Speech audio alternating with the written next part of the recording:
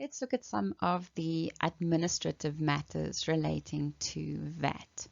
Now, firstly, VAT is a self-assessment tax, and what this means is that it is the vendor's responsibility to calculate the VAT payable or refundable for each tax period and to provide the necessary information and payment where applicable to such. So, self-assessment means exactly what it sounds like. The vendor assesses, for example, income tax, normal tax. With normal tax, when we do our taxable income calculation, the taxpayer never does the assessment. The taxpayer provides SARS with all of the information, and then SARS does the assessment. That's normal tax. VAT is a self-assessment tax, which means the vendor is the one that is doing the assessment, gives all the information, does the calculation, and then they have to make sure that they actually pay the correct amount over to SARS.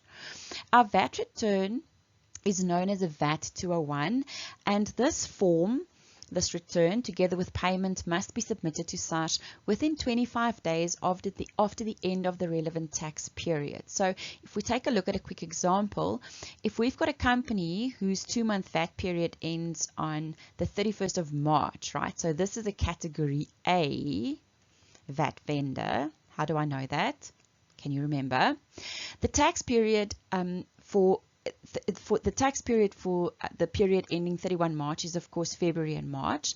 The company has to submit its VAT return with the relevant VAT outputs and inputs for February and March to SARS by the 25th of April. In other words, 25 days after the end of the tax period. And the end of March was the tax period. If the company owes SARS an amount of VAT, it has to be paid on the same date that the VAT 201 is submitted. So you can submit your VAT return any time within those 25 days, but the last day that you can submit it is, within that 25 days after the end of the relevant tax period. Okay.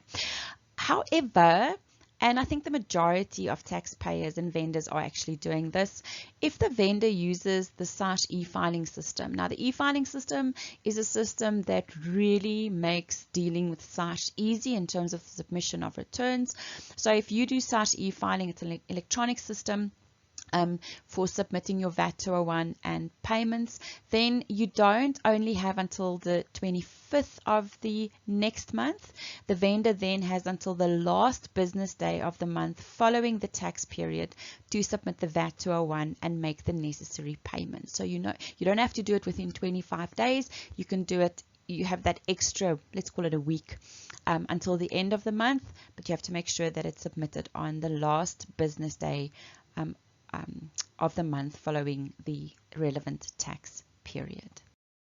Now, if our vendor is a bit naughty and does not submit his return and does not pay the VAT within the prescribed period, then SARS is going to impose a 10% penalty of the total VAT payable, and the interest at the prescribed rate is also going to be levied.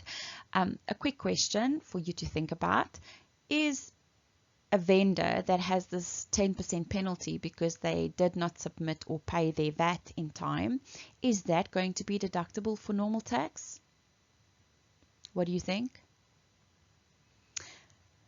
Moving on, VAT refunds. So if our output VAT is less than our input VAT, then we enter into a VAT refund situation, and a refund can only be made if the VAT 201 reflecting the amount to be refunded is submitted within 5 years after the date on which the return was originally due, and it's not refundable if the amount is less than 100 Rand. So if your output less input, it gives you a VAT refund amount of 95 Rand. SARS is not going to refund that amount to you. That refund, that credit, so to speak, is carried forward to the vendor's account to the next tax period, where it will be sort of already an input, a subtraction against your output VAT calculation.